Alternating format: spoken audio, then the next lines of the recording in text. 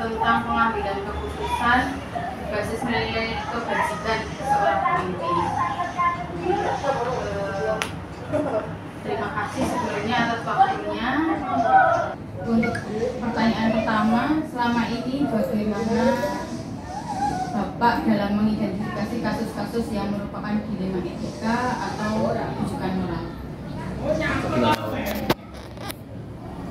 Kalau yang etika itu kan bukan sebuah peristiwa yang antara kebijakan sekolah di apa yang harus dilakukan itu hampir sama, artinya sama-sama benar. Jadi apa yang kita lakukan itu tidak bertentangan dengan kebijakan yang ada di sekolah. Kalau bukan moral jelas, jadi sesuatu yang dari kebijakan sekolah jelas tidak sama. Jadi antara itulah bagaimana kalau dilema etika itu dari yang benar PS benar, kalau yang moral itu PS.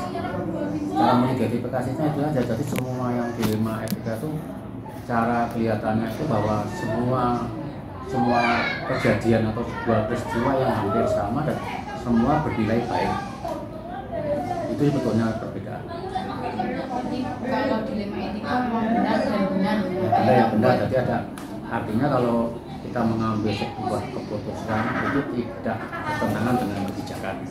Artinya kebijakan yang ada itu tidak bertentangan dengan apa yang kita putuskan.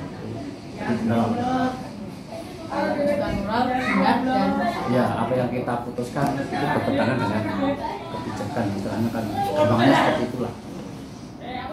selama ini bagaimana Bapak menjalankan pengambilan keputusan di sekolah, terutama kalau ada kasus-kasus di mana ada dua kepentingan yang sama-sama benar dan sama-sama merealisasikan. Jadi keputusan yang dilema etika itu memang sebuah pengambil keputusan yang memang sulit ya, memang sulit karena semua ada sisi baiknya. Tapi kita biasanya mengambil keputusan itu berdasarkan dari apa dua peristiwa yang sama-sama benar itu berdasarkan ada nilai plusnya dibandingkan dengan yang satu.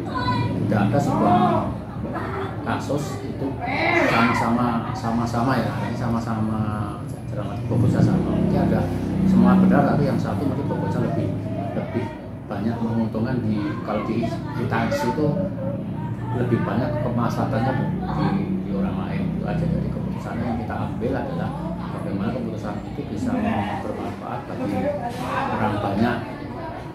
Itu yang kita dahulukan ya.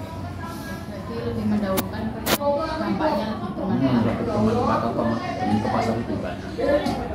Lalu langkah-langkah atau prosedurnya seperti apa yang biasa Bapak lakukan selama ini? Kalau kasusnya ringan biasanya kita atasi sendiri, dalam arti ringan itu yang tidak butuh pertimbangan yang lain itu nanti saya lakukan. Tapi kalau itu gimana untuk keputusan pihak lain maka saya diskusikan berbagai hal. Ini dari lingkungan kita terdekat ya, teman-teman terdekat yang bisa memberikan solusi, atau dari pihak lain. Mungkin kalau kita dari sekolah itu ya dari pengawas kita, mungkin dari dinas yang kira-kira bisa kita mintai pendapatnya segera gitu. Berarti tidak terlalu banyak waktu yang menimbulkan keputusan. Jadi memang harus cari fakta-fakta dulu ya, dari berbagai lingkungan. Lalu hal-hal apa saja yang selama ini Bapak anggap efektif dalam mengambil keputusan pada kasus-kasus di dunia? Yang efektif biasanya antara yang punya kasus dan kita itu selalu berdiskusi mencari mencari beberapa solusi. Kalau ini kalau ini ya, itu nanti kita diskusikan. Jadi antara yang mempunyai kasus itu tidak hanya kita sepihak, jadi dua belah pihak kita bicara bersama, kita sudah menghormati keputusan kita bersama. Keputusan hal-hal apa saja yang selama ini merupakan tantangan dalam pengambilan keputusan pada kasus-kasus dilema etika? Tantangannya adalah sebuah kasus ada peristiwa yang sama-sama penting ya, sama-sama harus memutuskan salah satu pihak, padahal dua-duanya sama-sama penting ya, berat untuk kita putuskan. Itu yang tantangannya. Karena suatu keputusan kita misalkan di sekolah itu kita mempunyai guru yang lebih guru A itu gurunya lebih banyak. Padahal jamnya kalau dibagi jumlah guru itu tidak mencukupi 24 jam. Yang harus dibina adalah guru yang sangat dibutuhkan di sekolah. Dalam arti dibutuhkan itu karena mata pelajarannya memang tidak ada di sekolah itu. Nah, itu sangat berat. Kalau tidak kita putuskan, itu berdampak kepada guru lain yang tidak dapat 24 JP, terutama itu akan berpengaruh kepada tunjangan yang lain. Itu ya sangat berat kita putuskan, karena khususnya kita tidak punya tunjangan kita putuskan, tapi kita memang harus pindah dari sekolah ini karena memenuhi kebutuhan dari jam-jam yang supaya saat tunjangan PP kita dan itu terpenuhi. Banyak kasus yang lain lah, kasus yang hampir sama, tapi memang harus diputuskan salah satu pilihan. Banyak kita ya pilihan yang berat. Ketika ada juga nilai-nilai yang bersinggungan gitu ya, misal harus adil tapi juga kasihan gitu ya. Ya itu sebuah ya kan, kalau sebuah kesejahteraan kita mau meningkatkan kesejahteraan si A, pegawai si A, si B dalam arti yang non ASN ya, non ASN yang lain. Berarti kalau kita ingin naikkan itu akan berdampak kos sekolah itu lebih tinggi. Kalau tidak kita naikkan berarti itu di bawah hal yang layak, hal-hal seperti itu kan berpengaruh dari satu sisi ke sisi yang lain. Itu hal-hal yang diputuskan bijaksana. Berarti apakah Bapak memiliki sebuah tata cara atau jadwal tertentu dalam sebuah penyelesaian kasus di Lima Etika, atau Bapak langsung menyelesaikan di tempat? Kalau dilihat kita itu sebenarnya kan ya tidak selalu terjadi ya, jadi kalau ada peristiwa yang harus diselesaikan ya saya selesaikan saat itu juga, dalam arti bisa diselesaikan pada saat itu kita selesaikan. Kalau tidak dari pertimbangan lain sekiranya hari itu tidak selesai, paling tidak kita tidak menunda sebuah kasus yang harus diselesaikan hari itu. Pertanyaan selanjutnya, adakah seseorang atau faktor-faktor apa yang selama ini mempermudah atau membantu Bapak dalam pengambilan keputusan, terutama dalam kasus-kasus di Lima Etika? Ya, apakah ada seseorang yang misalnya di sekolah kita ada orang yang bisa diajak berkomunikasi, karena di situ biasanya ada wakil, kalau di mana ada wakil, ada yang lain lah. Ataupun ketika tidak wakil jadi dianggap orang yang lain yang bisa diajak komunikasi, nanti untuk menyelesaikan kasus yang Lima Etika itu bisa ada, karena ketika di sekolah itu bersifat pemilihan manajerial, jadi suatu keputusan kalau bisa itu bisa membuat semua pihak itu merasa puas, jadi diskusi jadi bisa satu arah. Apalagi kalau kasus-kasus itu sudah menimpa dari yang lama, padahal kita belum ada di situ, itu perlu diskusi dengan orang-orang yang lama juga. Mungkin dari kepala sekolah, dari kepala instansi manapun yang baru tiba-tiba memutuskan sebuah keputusan tanpa mempertimbangkan dari pihak-pihak lain, itu akan membuat kita malah jadi batal. Harus dipertimbangkan dari diskusi itu ya. Dari semua hal yang sudah disampaikan Bapak, pembelajaran apa yang dapat Bapak petik dari pengalaman-pengalaman saat mengambil keputusan di Lima Etika?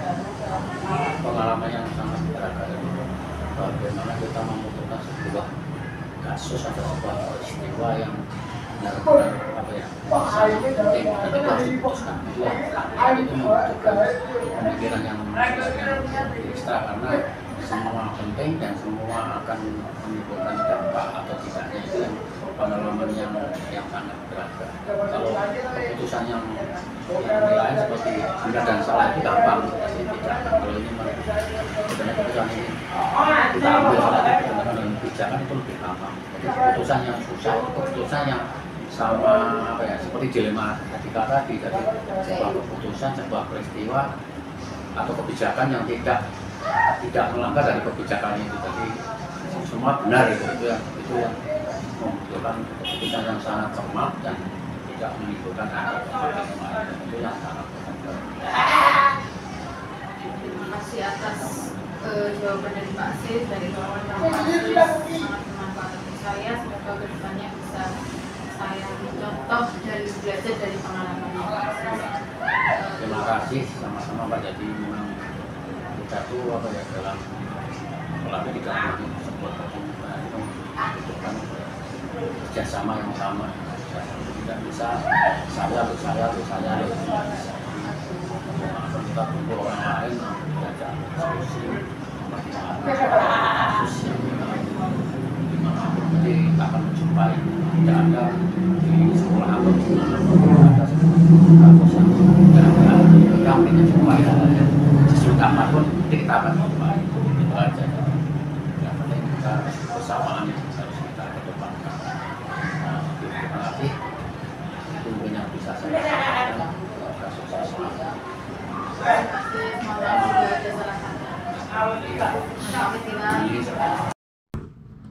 Assalamualaikum Budaya, apa kabar? Waalaikumsalam Bu Laila, alhamdulillah baik. Gimana Bu Laila?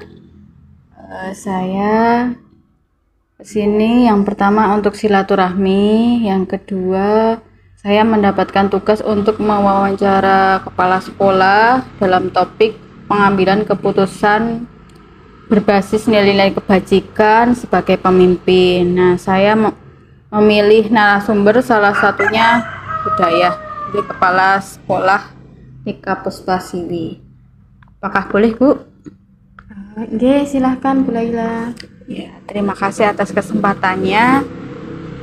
Langsung saja untuk pertanyaan yang pertama, selama ini bagaimana budaya dapat mengidentifikasi kasus-kasus yang merupakan dilema etika atau bujukan moral? Biasanya untuk menghadapi kasus-kasus yang merupakan dilema etika atau bujukan moral, kasus-kasus dilema etika itu terlihat semuanya benar, sehingga sulit untuk mengambil keputusan.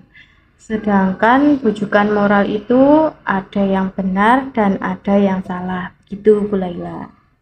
Ya, jadi dilema etika itu benar lawan benar.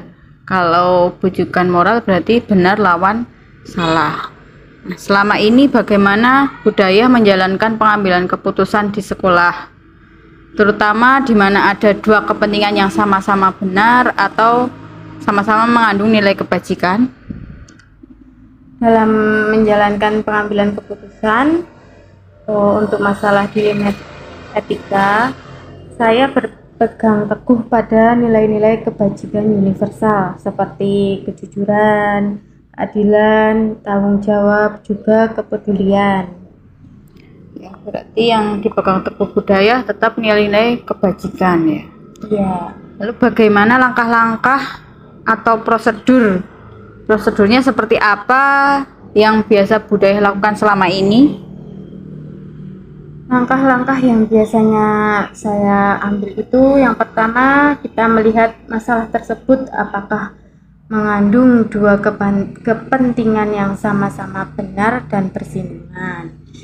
Terus kita melihat siapa saja yang terlibat dalam permasalahan tersebut. Setelah itu kita mencari fakta-fakta dan bukti-bukti terkait permasalahan itu. Kemudian mempertimbangkan masalah tersebut apakah sama-sama benar dilihat dari peraturan yang ada. Kemudian setelah itu kita mencari opsi lain untuk memecahkan masalah tersebut seperti dengan musyawarah dan melihat resiko atau dampak yang timbul akibat permasalahan tersebut.